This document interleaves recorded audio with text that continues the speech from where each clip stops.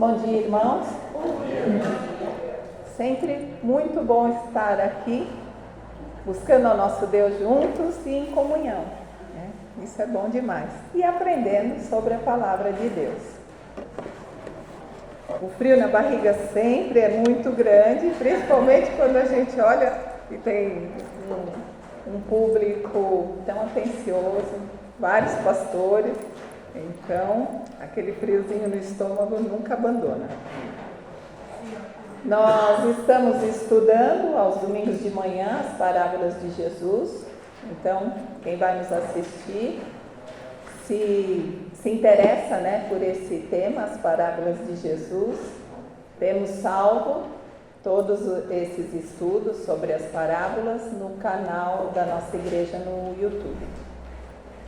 O Evangelho de Jesus, através dos evangelistas Mateus, Marcos, Lucas e João, registra mais de 40 parábolas de Jesus. Então, para quem vai assistir pela primeira vez, né, vai ter contato com as parábolas, a parábola é uma narração que se utiliza de situações do cotidiano, né? São pequenas histórias que falam de experiências da vida diária, dos ouvintes ou dos leitores. Jesus recorria às parábolas para ensinar sobre o reino de Deus, né? Ele se utilizava das parábolas para que as pessoas pudessem entender ou não, né? E por que entender ou não? Apesar de Jesus fazer sinais e maravilhas, muitas pessoas não acreditavam na mensagem dele. Muitas pessoas não acreditavam que ele era o Filho de Deus.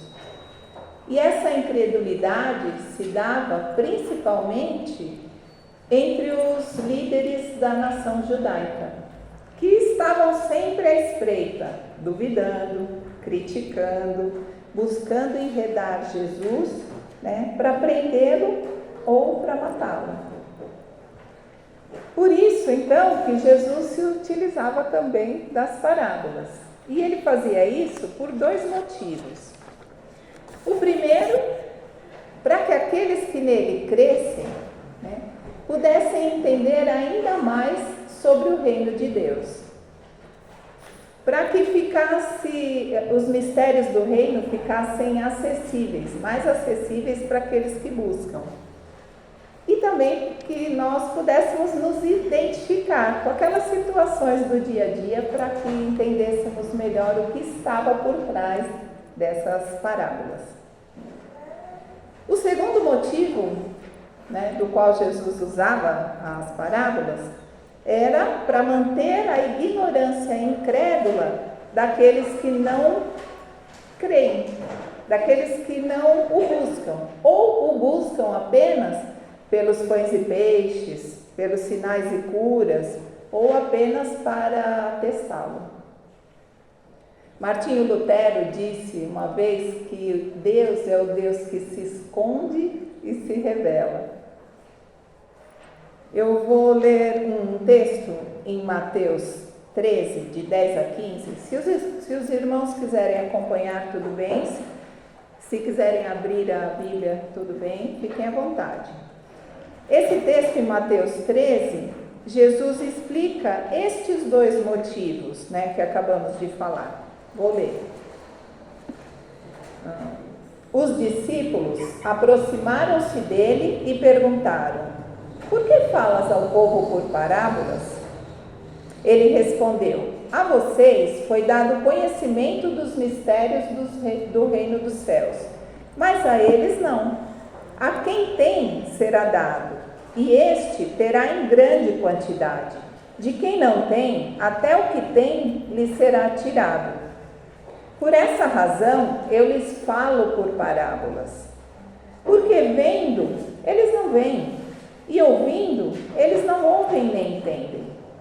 Neles se cumpre a profecia de Isaías: ainda que estejam sempre ouvindo, vocês nunca entenderão. Ainda que estejam sempre vendo, jamais perceberão. Pois o coração deste povo se tornou insensível e de má vontade. Ouviram com seus ouvidos e fecharam os seus olhos.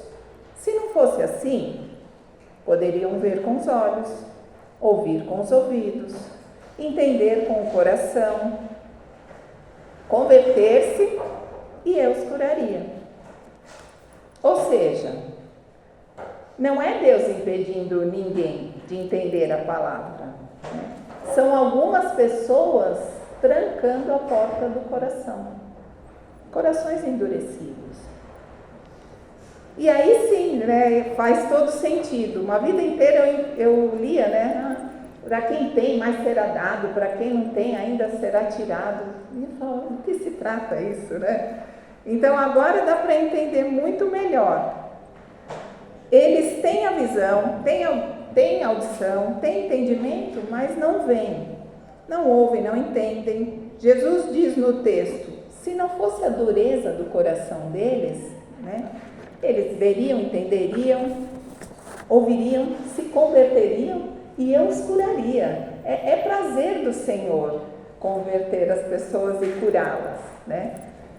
Em contrapartida, para esses os que não têm ainda será tirado, né, esse entendimento por causa da dureza do coração, a quem tem entendimento, quem tem discernimento, quem tem fome da palavra, mais lhe será dado. Essas pérolas que nós vamos encontrando a cada estudo, né, a cada leitura, a cada busca, é Deus acrescentando ainda mais aqueles que têm. Bom, depois dessa introdução, né, vamos à parábola de hoje. A revista de estudo que nós estamos usando traz o título Perdidos e Achados, o Evangelho dos Marginalizados. Por que marginalizados? Marginais são aqueles que vivem à margem de um caminho. Por exemplo, socialmente se diz, aquela pessoa é marginal. O que isso significa? Que aquela pessoa vive à margem de um caminho social. Um caminho social que contém ética, valores e princípios, e aquela pessoa vive à margem desse caminho. Agora, espiritualmente, por que a revista traz como subtítulo o Evangelho dos Marginalizados? Porque, ao contrário do caminho social, o caminho espiritual tem nome: Jesus. Por isso, o Evangelho para os marginalizados. As boas notícias são para todos, inclusive aqueles que estão à margem do caminho Jesus. Pois bem, a lição de hoje traz uma parábola, 3 em 1. Os editores, os tradutores separaram literalmente como 3 parábolas, né? Mas é uma parábola contendo as 3 histórias. E agora, vamos também ao texto, que se encontra em Lucas 15, e vou ler o capítulo 15 inteiro. Mas é muito comprido, né? Quando nós vamos a um casamento, a um teatro, e mesmo que demore o espetáculo, lá estamos nós, né? Para ouvir do começo ao fim. Então, haviam 2 grupos de ouvintes aos quais Jesus contou essa parábola. Quem eram esses ouvintes? Pecadores e publicanos, fariseus e mestres da lei.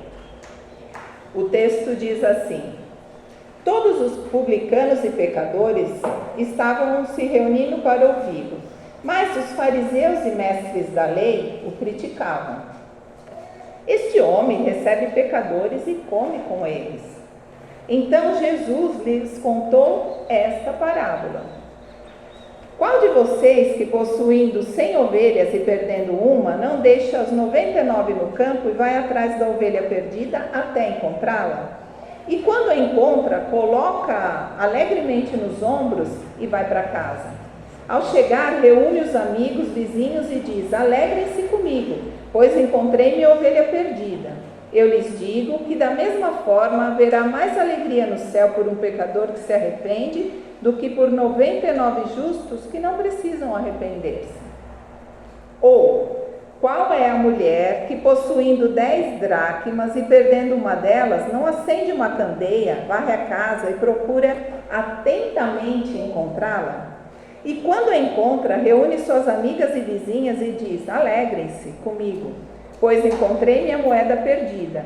Eu lhes digo que da mesma forma há alegria na presença dos anjos de Deus por um pecador que se arrepende.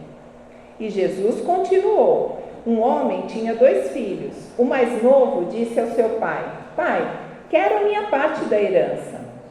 Assim, ele repartiu sua propriedade entre os filhos.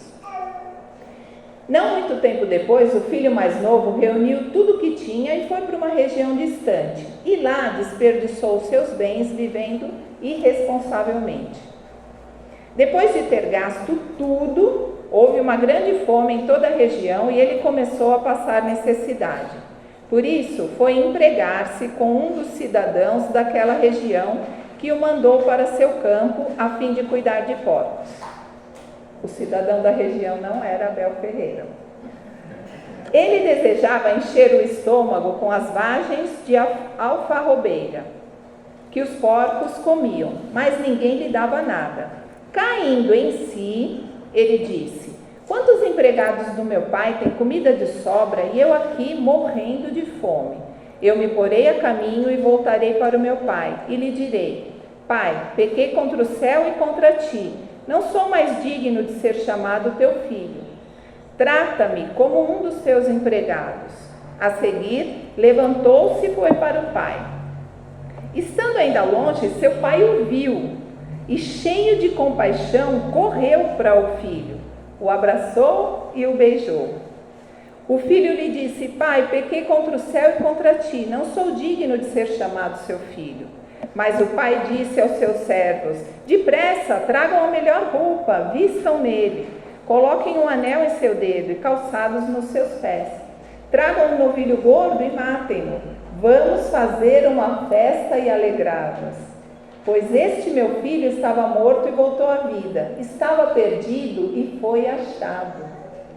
E começaram a festejar o seu regresso. Enquanto isso, o filho mais velho estava no campo.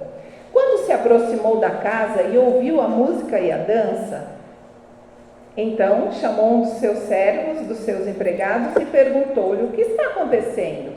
E este respondeu: seu irmão voltou, e seu pai matou o novilho gordo, porque o recebeu de volta são e salvo. O filho mais velho encheu-se de ira e não quis entrar. Então seu pai saiu e insistiu com ele. Mas ele respondeu ao seu pai: olha, todos esses anos tenho trabalhado como um escravo a teu serviço e nunca desobedeci às tuas ordens. Mas tu nunca me deste um cabrito para eu festejar com os meus amigos. Mas quando volta para casa, este teu filho, que esbanjou os teus bens com as prostitutas, matas um novilho gordo para ele? E disse o pai: meu filho, você está sempre comigo. Tudo que eu tenho é seu. Mas nós tínhamos que celebrar a volta desse teu irmão e alegrar-nos, porque ele estava morto e voltou à vida, estava perdido e foi achado. Então, ouvimos sobre a ovelha perdida, a dracma perdida.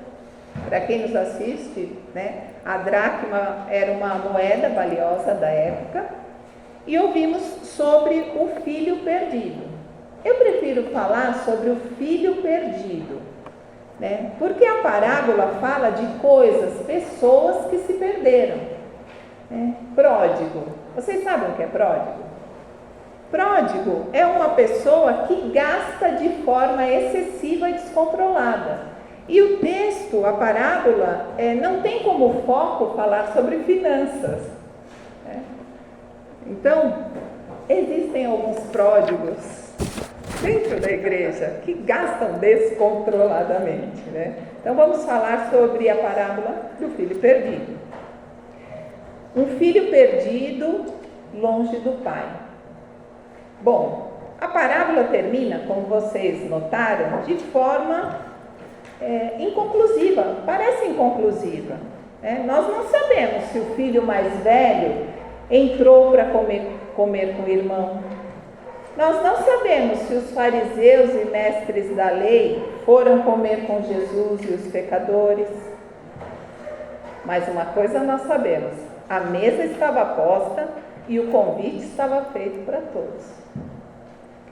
Agora, então, vamos falar sobre os personagens desse capítulo 15.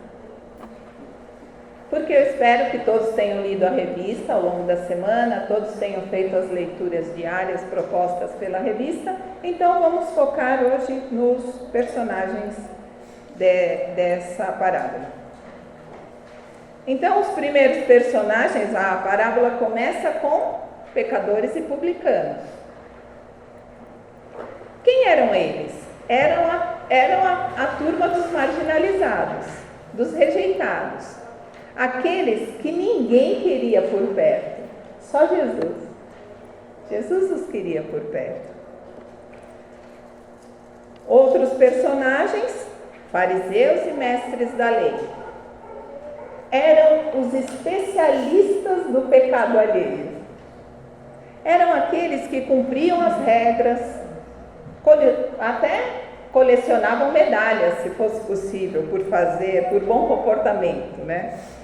Mas se esqueciam que o propósito não era o mérito, era o amor. Outro personagem, a ovelha. A ovelha representa os pecadores perdidos. Pecadores perdidos do caminho que é Jesus. Não vamos falar da ingenuidade da ovelha, mas sim da imaturidade. A ovelha não se dá conta do quão perigoso é se afastar do aprisco de Deus.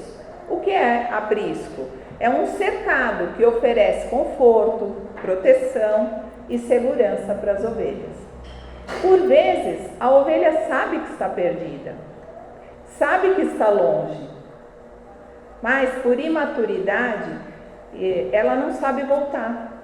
Por desorientação emocional e espiritual. Outro personagem, o pastor. Aquele que cuida das ovelhas. A sua atitude é de ir em busca da ovelha perdida. Porque ele se importa com a ovelha perdida tanto quanto com as 99. Para Deus não importa ter as 99 ali protegidinhas. Se tem uma desgarrada, ele se importa com aquela. Outro personagem, a mulher. Assim como o pastor, a mulher e o pai dessa parábola, eles são a representação da misericórdia amorosa de Deus. Então, o pastor, a mulher e o pai representam essa misericórdia, esse amor de Deus. Agora, a ideia que foi apresentada na revista, na página 62 da revista para os alunos, na página 81 para os professores, a ideia que foi apresentada como a ovelha perdida como Deus, o Filho. A dracma perdida como Deus, o Espírito. O filho perdido como Deus, o Pai. Não chega a ser uma heresia, mas que Lucas 15 fala sobre Deus buscando o perdido e não sobre dividir a Trindade em personagens distintos. A forma como a revista mostra é simbólica, alegórica, dessa forma. Portanto, como alegoria, pode ser usada, mas como fundamentação textual explícita, não. Jesus disse que a mulher é o Espírito Santo? Definitivamente não.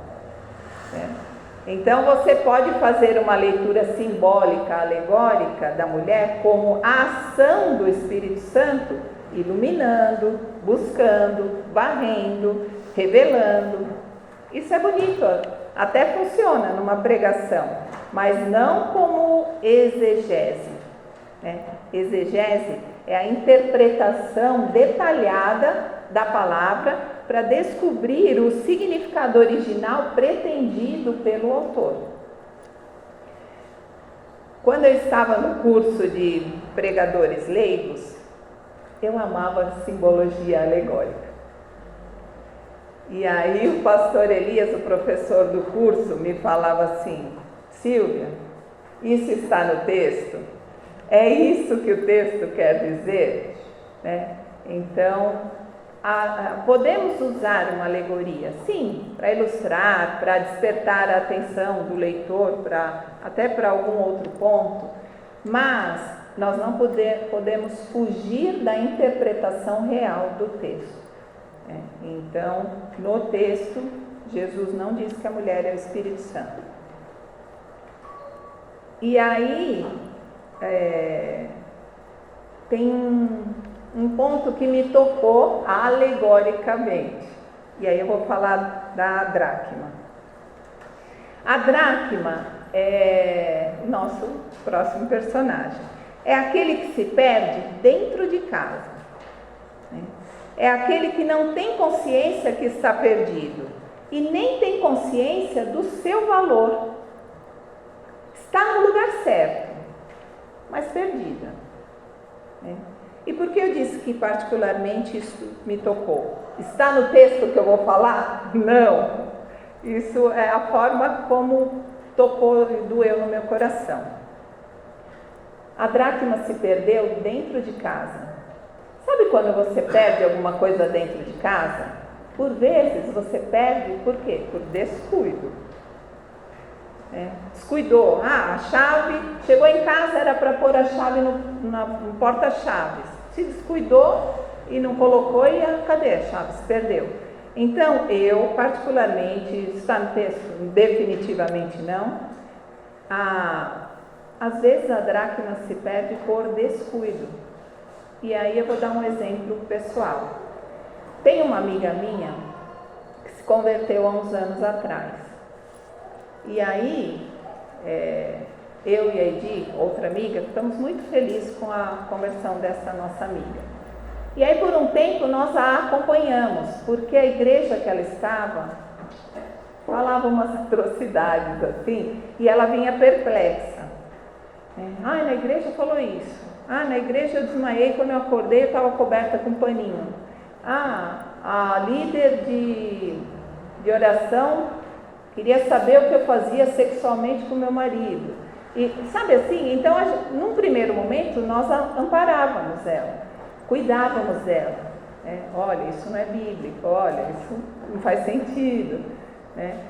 Mas eu me sinto bem lá, enfim. E aí depois, eu e Edi, nós nos descuidamos dessa nossa dracma. Estava dentro de uma casa, mas perdeu. E aí hoje em dia ela está em outra religião, enfim.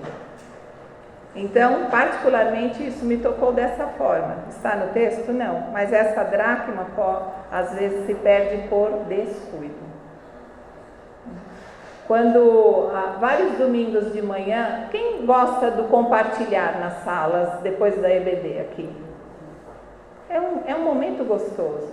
Quem percebeu que o pastor André, ele abriu mão desse período de compartilhar, para quê? Para cuidar de algumas ovelhinhas, por vários domingos. Ele não estava na sala dos homens, ele estava cuidando. Então, nós precisamos estar atentos, porque às vezes a gente pode se descuidar da dracma dentro, da casa. Então, se às vezes você vem à igreja e não vê aquele irmãozinho, às vezes manda um recadinho na semana, tá tudo bem, tá precisando de alguma coisa, ora por ele, mande uma mensagem, uma oração, um áudio, envie uma música, Mas se preocupe, se cuide. Bom, voltando para o texto. O filho, outro personagem, o filho mais novo. No primeiro momento, é aquele filho rebelde, o autossuficiente, que não precisa do pai, né? Que se aproxima do pai pelo que o pai pode dar. Pai, eu quero minha parte do dinheiro. Depois, num segundo momento, caindo em si, eu amo essa forma de falar, caindo em si, o melhor tombo da vida da gente, quando a gente entende o que eu estou fazendo, né? Caindo em si, entendendo que longe do pai somos extremamente miseráveis, decide voltar, se arrepende, né? E volta. Longe do pai, faltava tudo. Se pudéssemos fazer o contrário do Salmo 23:1, o Senhor é meu pastor e nada me faltará, se o Senhor não é o meu pastor, tudo me falta. Absolutamente tudo. Me falta paz, me falta o pão da vida, me falta água viva, me falta perdão, me falta amor, me falta cuidado. Este filho entende que nada, absolutamente nada, preenche o vazio da alma de um ser humano, a não ser o amor do pai e a presença do pai. Assim que se aproxima do pai, tem a sua dignidade restaurada. De imediato, o pai manda, tire as roupas emporcalhadas, literalmente emporcalhadas pelo pecado. E aí o que ele tem? Vestes limpas, novas. Um anel no dedo, que simboliza uma nova aliança, mas também uma posição de filho. Calçados, indicando a condição de filho, não de escravo. E o novilho, né? Sacia a fome. Estar com o pai limpa e restaura. Outro personagem, o empregado. Gente, como a gente se perde no muito falar. Como a gente se perde no muito falar. Quando o filho mais velho perguntou ao empregado, o que está acontecendo? Né? Esse empregado poderia dizer, você não vai acreditar, seu irmão voltou, né? E seu pai está muito feliz. Ele não poderia ter dito isso? Ou ele poderia dizer, seu irmão voltou, ele está vivo, corre lá, vai festejar. Mas, o que ele disse? Seu irmão voltou e seu pai, olha lá, já matou no milho gordo para ele, né? Tá fazendo uma festa para ele. Vocês conhecem pessoas assim que colocam lenha na fogueira? Ou em algum momento da vida vocês já se viram assim, colocando lenha na fogueira? Em Provérbios 15, 2b diz, a boca dos tolos derrama insensatez. Outro personagem, o filho mais velho, aquele que nunca saiu da casa do pai, mas que se encontra perdido na autojustificação, no legalismo, no fazer pela performance. Até faz o que o pai pede, mas não tem intimidade. Não demonstra o amor nem pelo irmão e nem pelo pai. Ele se preocupa com a performance, em obedecer os mandamentos, mas pronto, já pecou aqui. Qual é o maior mandamento da Bíblia? Amar a Deus. E o segundo maior? Amar o próximo. Então ele não demonstrou amor nem pelo pai, nem pelo irmão.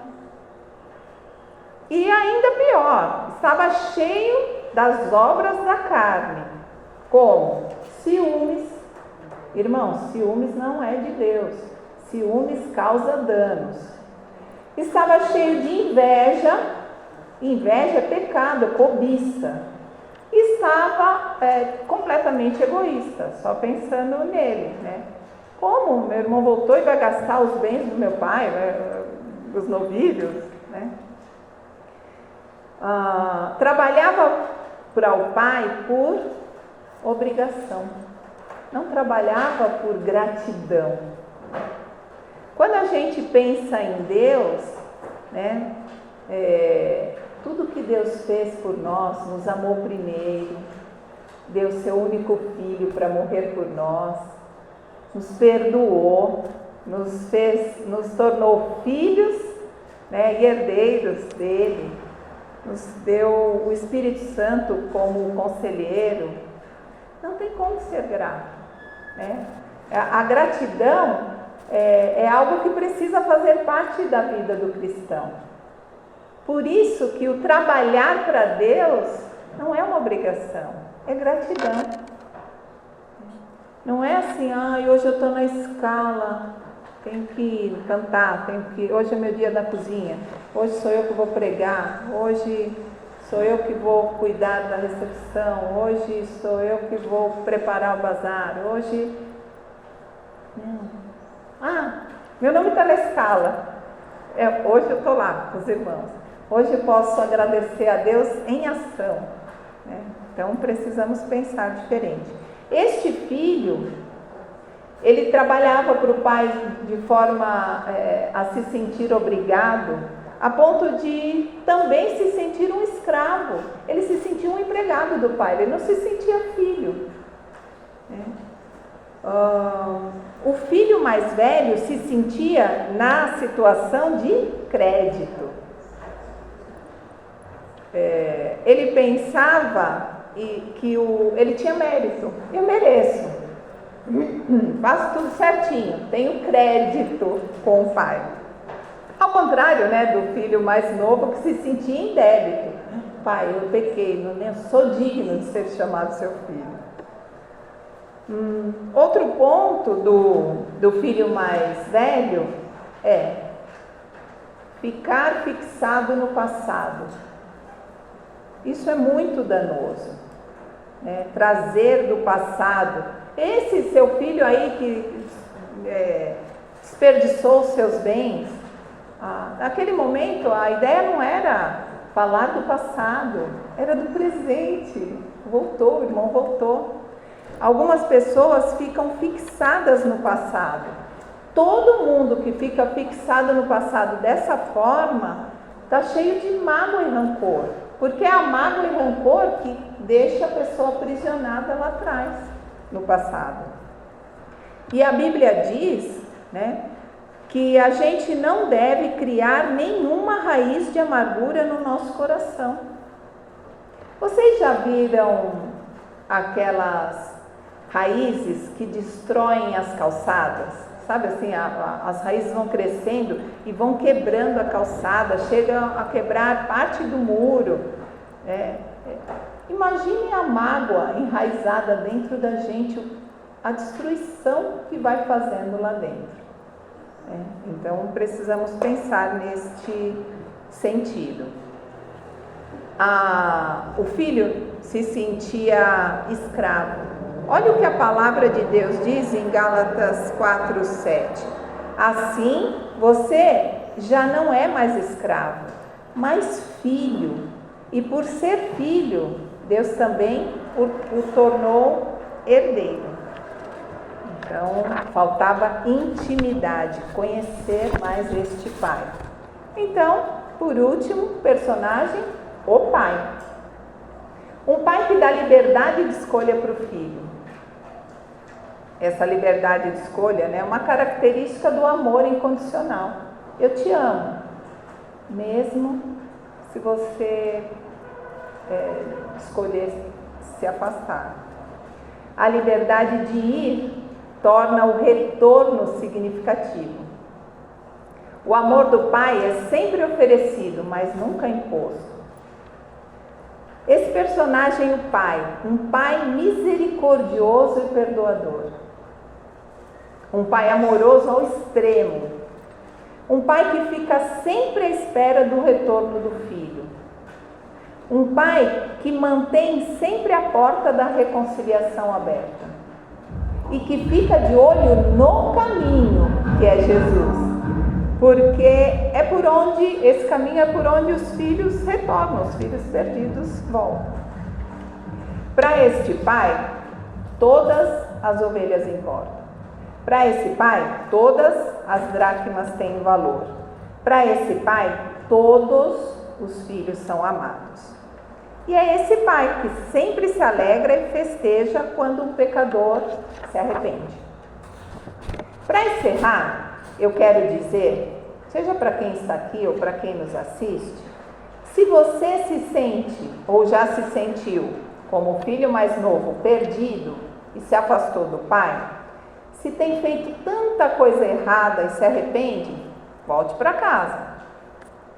Se você se sente como o filho mais velho, perdido, dentro da casa, ressentido, amargurado, sentindo que o servir é um fardo e não uma demonstração de gratidão, volte para o pai e crie intimidade com ele. A Bíblia diz em 1 Pedro 4,8 que o amor cobre uma multidão de pecados. E o nosso Deus tem um amor exagerado, né? O amor de Deus é transbordante, não tem fim. Nós cantamos um amor infinito. Conclusão: Deus procura o que se perde, porque para Ele todos têm importância, todos têm valor, todos são extremamente amados. E quando alguém é achado ou volta para casa, pela graça, é recebido com muito amor. E no céu há sempre alegria e celebração. Na mesa do Pai há lugar para todos, sempre. A mesa está sempre posta e o convite está sempre feito. Para reflexão em grupos, nas classes, eu deixei 2 propostas, mas vocês podem trabalhar de acordo com a dinâmica da sala. A primeira, você se identificou com algum personagem? Comente com o grupo por quê, se desejar. E a segunda, você já se sentiu perdido, dentro ou fora de casa? Que Deus nos abençoe.